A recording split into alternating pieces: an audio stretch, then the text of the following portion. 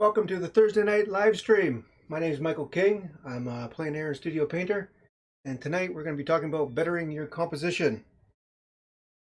Oh, let's switch over. So as you can see, what we're going to do is we're going to take this scene here that's more of a landscape proportion, and we're going to convert it to square. Now, keep in mind that you can't, it's just not a simple crop, right? We're just not going to cut this here and just transfer everything onto the square within the square of this shape.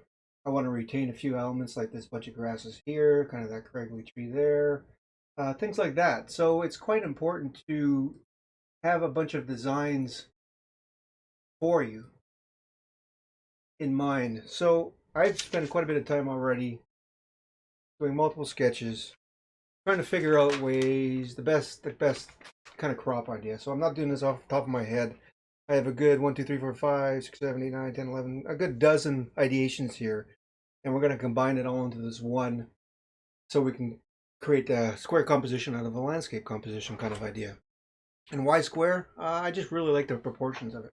Now, this is in preparation for a demo on painting snow that I'm going to have at Opus Art Supplies this Saturday through Zoom. There's a link in the comment section, and there's a link in the description for you to go check out that the demo, read about it, and there's also a registration link so you can be part of watching me paint this scene live on Saturday at I think 11 a.m. Pacific Standard Time. So now we're just going to sketch this on here, and I've gridded this out, and no, I don't work in grids. This isn't about grids.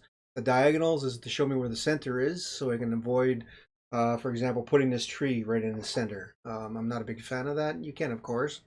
It's your choice, I guess, but I prefer things off center.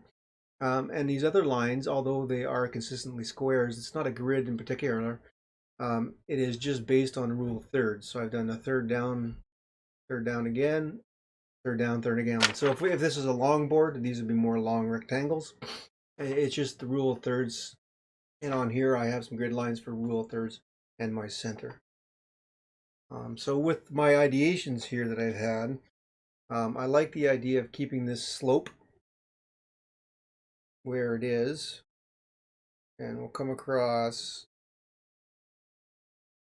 about here. So we're just going to play with it, and it might dive down here. I'm not 100% sure yet. We'll see. But I'm also sketching in vine charcoal, and what I like about that is it can come off easy. You're not stuck with it. It's not like pencil where you got to erase it, and it's definitely not like paint, right? Also, if you are here right now, feel free to comment, write a chat, ask a question. It's all about composition kind of today. And I like this idea of having this tree on this right hand side. But you'll notice also there's this little tree here. I like that because it offers a stop. So what I think I'm going to do is I'm just going to mark that in here for now. And this other tree comes in, oh, right there, comes up. And trees are trees. Do what you need to. Make it look decent enough. Comes up. Kind of branches off weird there, and then there's another weird branch here. The main trunk is off to the side. We kind of got this going on here. And I'm not going to follow this image exactly either. I have a few ideas on how I want to do this tree. I think I'm going to put in this big tree first. So I'm definitely not going to go in center. I could stick to the third. And the position is a little bit lower than this. All right, so the goal with this is to position the tree so they're not equal spacing. So I don't have a tree here, a tree here, a tree here. So there's boom, boom, boom. I want some odd spacing going on here. I'm going to start with this big tree. Now, in the reference photo, there's about a mass of 1, 2, 3 trees here that make up this big, large trunk. It's too much information. I don't really need it. And I'm not going to make it perfectly straight either. I'm just going to put a single one here. I kind of like how this on the side comes down and up. Kind of like this, and it comes straight up. breaking up. So this is a tree kind of behind. We got an overlap.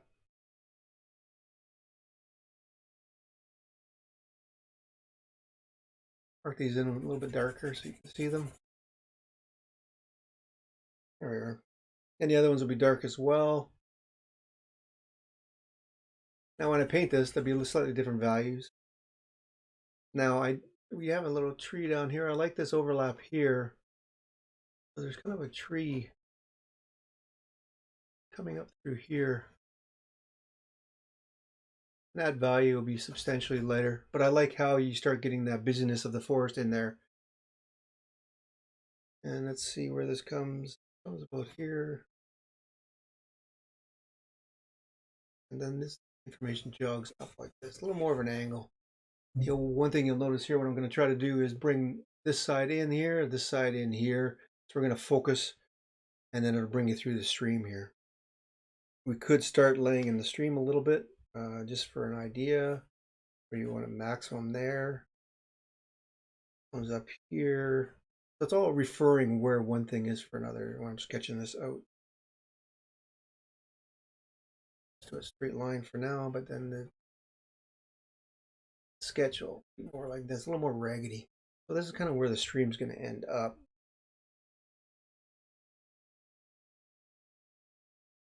Put this in temporarily, because all this can change, because this charcoal, you can easily erase it and amend it. And I'm just going to be painting on board. So for those who just came in, I will be painting this scene, the snow scene, through a Zoom demo through Opus Art Supplies. Anybody can register. The link is in the comments and also in the description. You can read about what the demo is going to be about, and then you can register. And it's 11 a.m. Pacific Standard Time, so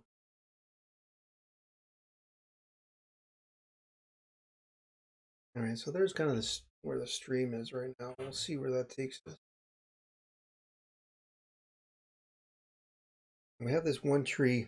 Now we have these two trees that go in this shape, but I don't like where they are in terms of position and how they focus this area. What I'm going to be doing is bringing this tree over and this tree on this side, so it creates a funnel V down. I try to have a reason for everything I position. It might not be a logical reason, but it is to me. So let me just get that one sketch here. Where is it? Yeah, so if you just got here, I have a bunch of thumbnail sketches as well, how I want everything to go. This next tree is top's gonna be there, and I'm gonna swoop it down about there. I'll give the tree some shape. This back tree though, quite large. Now we're gonna bring it in about here, so that'd be the base of it. Put it on angle, and then we're just gonna come up, have this a wonky shape. But instead of up here, instead of continuing, I'm going to actually bend it up. Trees do strange things, so really you can do whatever you want. And of course, there'll be a branch here, there'll be a branch there, even this one. There'll be branches everywhere. I won't worry about. I'm not really drawing them in now, and just so you know, trees are fascinating in that you can really do whatever you want to them. And with that, the final tree over here, I believe, what I want to do, because we have a nice grouping here, not so much here, although we will have some of the grasses to this right coming up to about here, and we're going to change it up. Well, we're going to keep that same kind of profile where it comes down, and then as it comes across here, it's a little bit less. That tree on there. So this will be that value in there for those. But we have this big open space. So I want to use kind of this raggedy tree here we have on the left and put that in as well. Kind of comes at position is about the same as here, but I'm going to bring it up. I don't want to put it level. I just want to bring it up. That way it'll create another line, help with that line going in. Bring it up, and it kind of does one of these. Perfect. And in my sketch, I have kind of another tree over here. here, but we'll see. Just to stop you from going off that edge kind of idea. So if we look at the spacing here, let's put this on a little bit darker.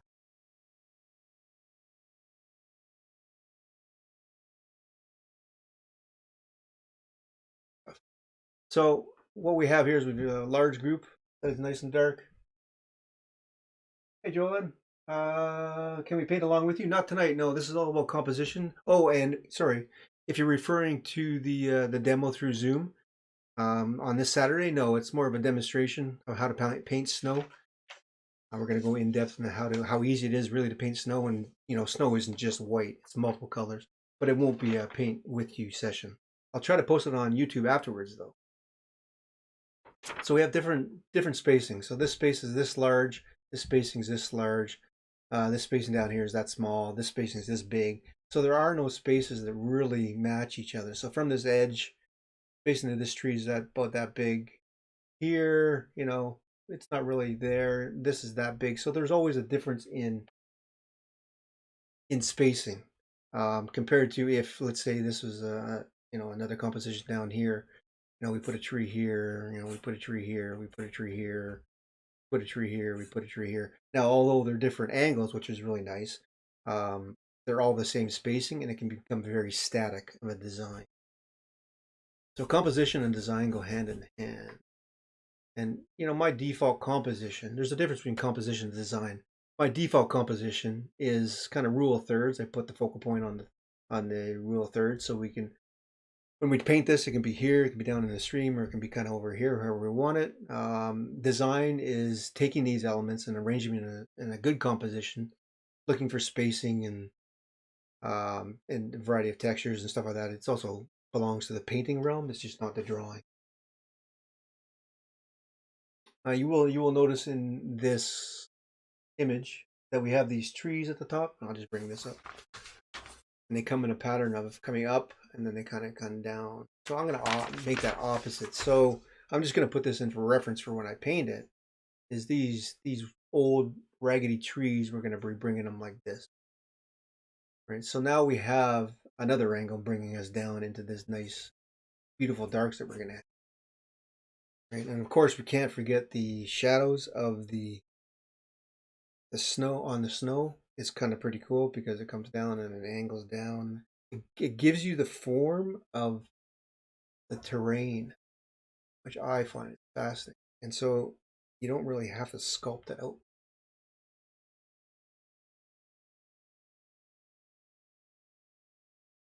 When we put this in paint, these are a little bit darker in here. These are this kind of where the sun is coming.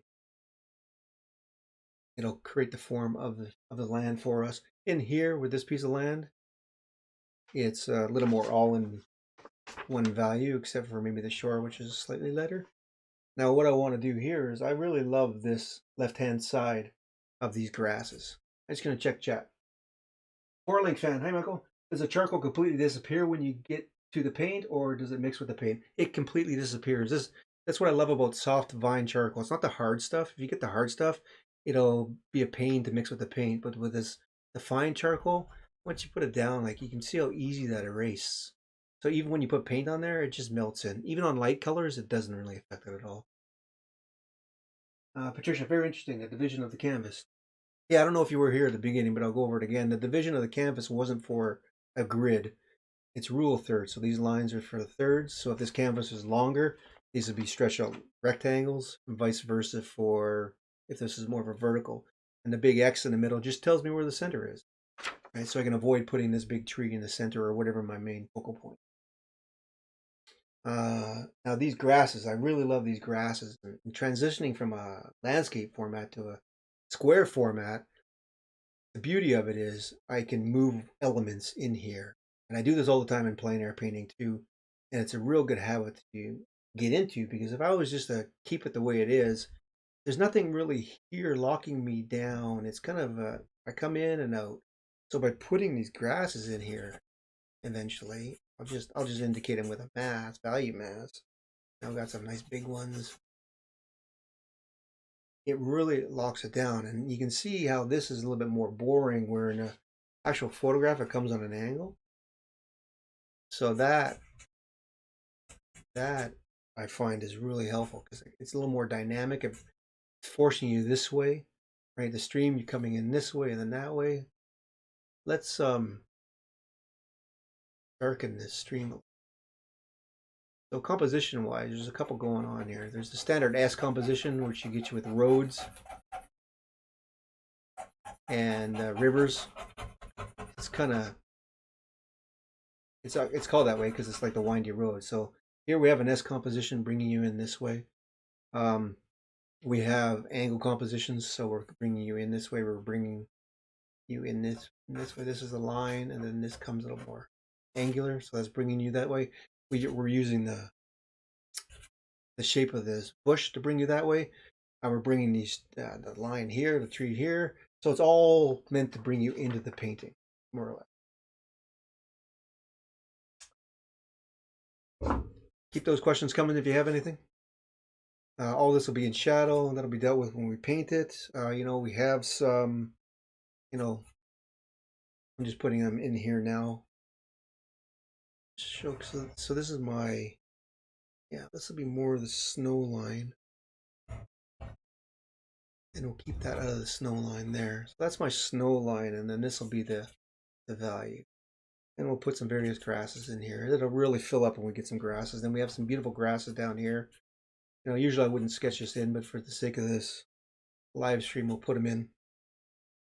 And we'll have some great blues going into the water. So I'm just going to put some, erase this a little bit, just so we can remind myself that any blues that I put up here will be in the water. And of course we could work on the reflection, like whatever dark warm value this is going to be,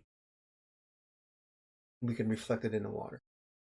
And then down here it kind of ends again, but you'll note that there's this little log, and there's more information down below, but that was cropped out. But what I want to do is just kind of, there's a few things we could do. We could make the log like this, right? It kind of doesn't allow you to come out, but it kind of pushes you down. I don't really like that. So we can pretty much do whatever we want. I'll pull it off, and I'll bring it in. So, more like that. And then it'll have a shadow, of course, coming in, which would be interesting. So this element as well will bring us in. So now let's check positioning. This bush is nice and close to that edge, which is fine. Sometimes if you're going to frame this with a back-loading frame, we're going to lose a 1/4 inch.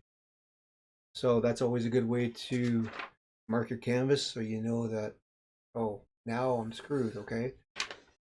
And this tree that I add here is going to be cut off. It's going to be really close to the edge. So we'll compensate and we'll bring it out a little bit more from there.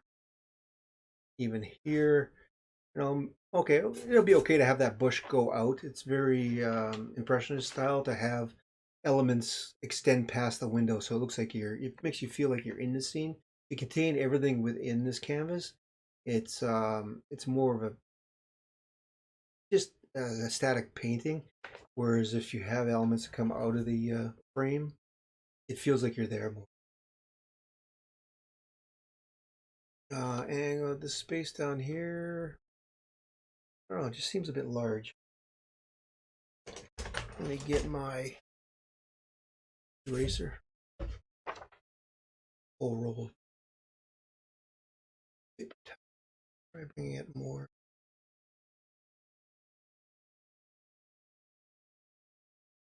Oh, but if this is 1/4 inch,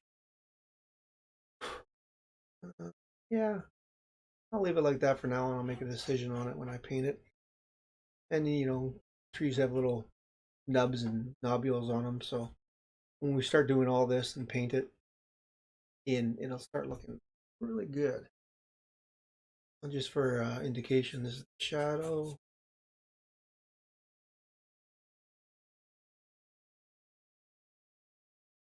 Make a little bit more information here, just with the shape of the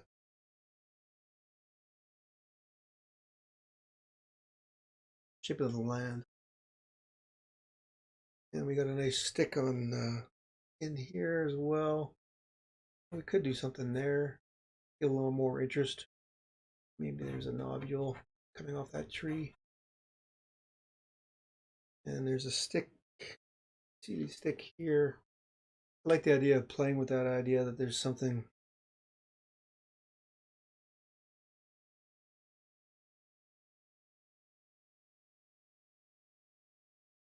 else that we can use to guide ourselves or to block it up.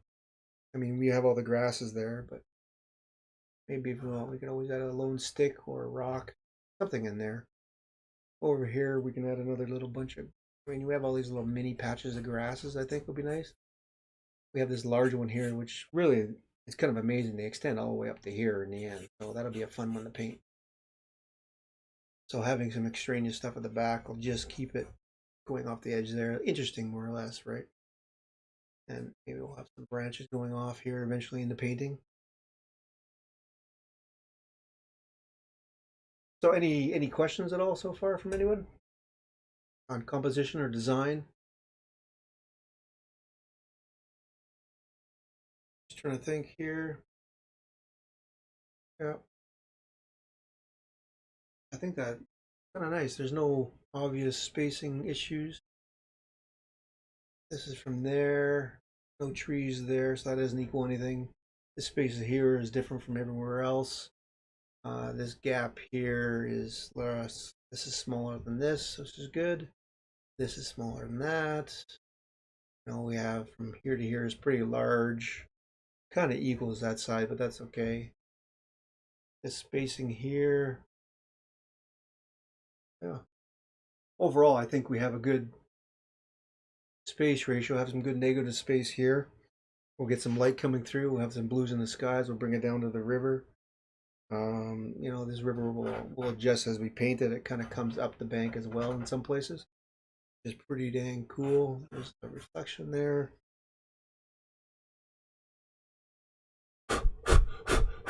One good thing about vine charcoal too is you can blow it off, but it's still there. So it'll be minimal by the time we get the painting. I don't think we need anything there. If we do, we could always try to fill it in with a smaller tree. So we could always bring a smaller tree down here like this. That space was too big. I mean, that works just fine. These two spaces here and here, this space here is larger than this space here. So it's not central. These are just kind of little quirks that I worked through. Jolene, why did you change the middle tree trunks again? Oh, I changed them because, I'll try to bring this up. It's hard to see in here, it's so dark, but there's one main trunk here. There's another one here, and then there's another piece right here that comes behind these. So there's three large trees in here. And for me to paint that, that's going to be really confusing. You know, I have a shape of this tree here and a shape of this tree here, and it's like, oh, what's that? I could change the value, of course, and make it a little more definitive, but just for the sake of making my life easier, like I tell everybody, I'm a lazy painter. But that being said, I kind of plan to be lazy. I want to do the least amount of work for the most amount of impact. And why would I want to painstakingly annoy myself by trying to render all this when I can just put in one big mask with some beautiful temperature variations in there and have some interest there, and I'll be done. Right? Hopefully that answers your question. It's just make my life easier, really. Was it because it pointed to the top? No, it didn't. I just, exactly as I said, just make my life easier, make your life easier. You know, I started off painting, and you always hear this: paint what you see, paint what you see. And I've gone out plein air painting, and I paint what I saw, and then some critiques from artists that were better than me at the time. It's like, well, why'd you do this? And I said, well, it's there. That's what I saw. That's how I painted it. He says, yeah, it doesn't really make any sense. And I'm thinking, well, what are you talking about? I've been trying to paint what I see. It doesn't make any sense. And so you learn that statement is just for beginners, so they can concentrate on what's there and get that information down. Later on, you learn that just because it's there doesn't necessarily make it a good composition. All right. And there's a lot of things about like painting like that. They have great rules, like all the color composition ideas, where they have triads and complementaries. I mean, they're great to learning tools with, but they're not necessarily set in stone, and you don't necessarily have to use them that way either. The narrow ones, sorry. So the narrow ones. Oh, these.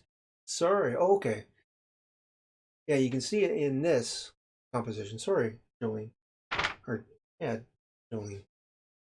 This tree here comes under here, and this tree comes here. And I didn't like how the focal point is upwards on these.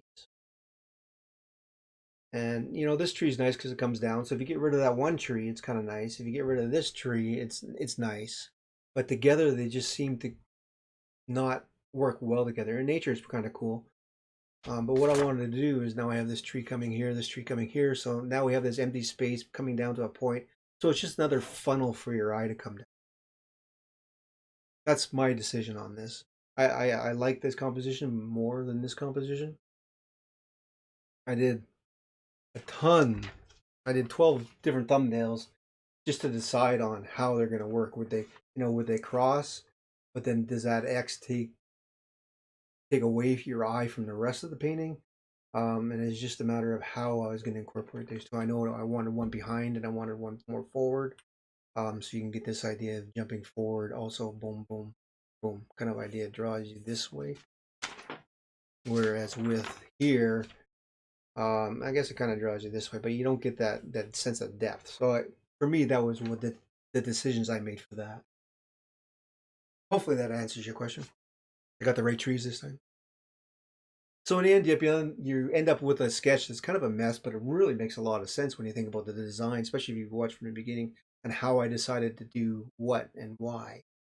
You know, some of these trees not in line. This one I'm going to stop here. So there's really, I try to make sure nothing really lines up here and here. Those are in line. Maybe then this tree has to come up a bit. It's not critical. I don't think it'll really change the impact of it. It'd be more of an issue if this tree was beside this tree and this tree was right here. Right, you got two side by side starting from the same spot. It kind of doesn't. What's the word I'm looking for? It makes it more of a passive painting. It's just a little too static, a little too mundane. Whereas even if this tree was here and you brought it down further, all of a sudden you have something a little more dynamic. I always look for little things like that.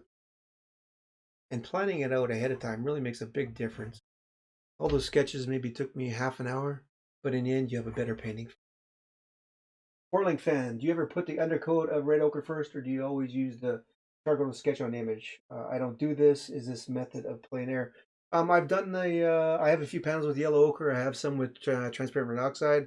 I have some that are stained with just old paintings that I wiped off. But I'm not doing it here because it's a snow scene. You could argue that the translucency of the color underneath would be nice, but I hardly ever paint on those tone canvases. I have a few just in special situations, but I really like the beautiful aspect of having a white canvas, because when you're working with oil paint, especially if I have like let's say I have a green, or in this water down here, it's very very dark up there, but it's going to be a warm tone when I paint it. When I come in here with a rag and I come in here and wipe it, the richness and the tone that you get from white paint on white, that's a mouthful for you. Wiped paint on white is so amazing and luxurious. I don't have anything in my studio that has it, but it's just something you can't paint. So that's why I love having a white can. Ping pong effect. That's a perfect way to describe it. There you go. I'm going to trademark that. Thanks, Jolene. And so I don't know. This is kind of how I would approach composition. It's always good to sketch it out and design it, especially if you go from landscape to square. I hope it turns out as good as the sketch is. I really really like the sketch. So I got a 1/4 inch there, 1/4 inch down here. Yeah, maybe this. Yeah, we'll bring this log up a little bit. Yeah, get a shadow here, which would be nice.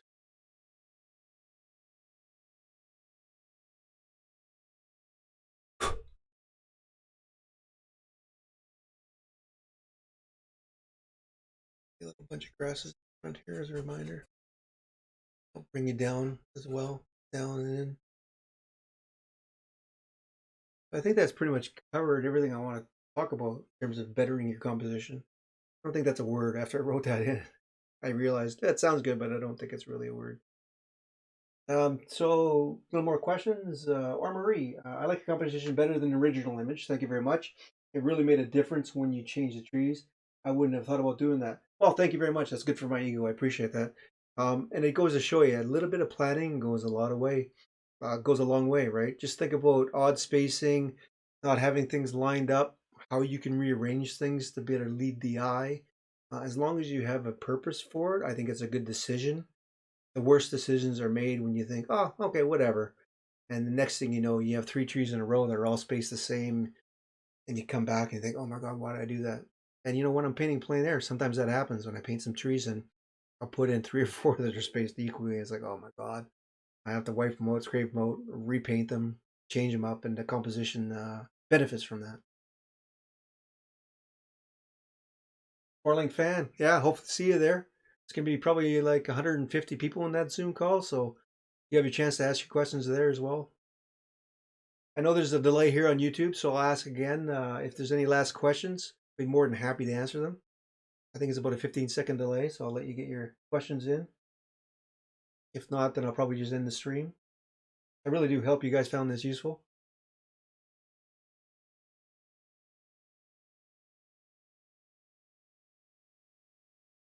What else can I add? I don't know.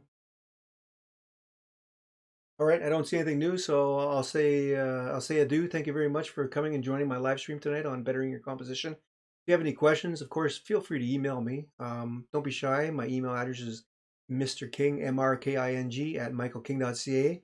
You can find me on Instagram at michaelking.ca. You can find me on YouTube, of course. You know my channel. And if you're ever interested in mentoring, you can find me on Patreon at patreon.com/michaelkingart. Thank you very much. I appreciate you coming by. See you Saturday. Cheers.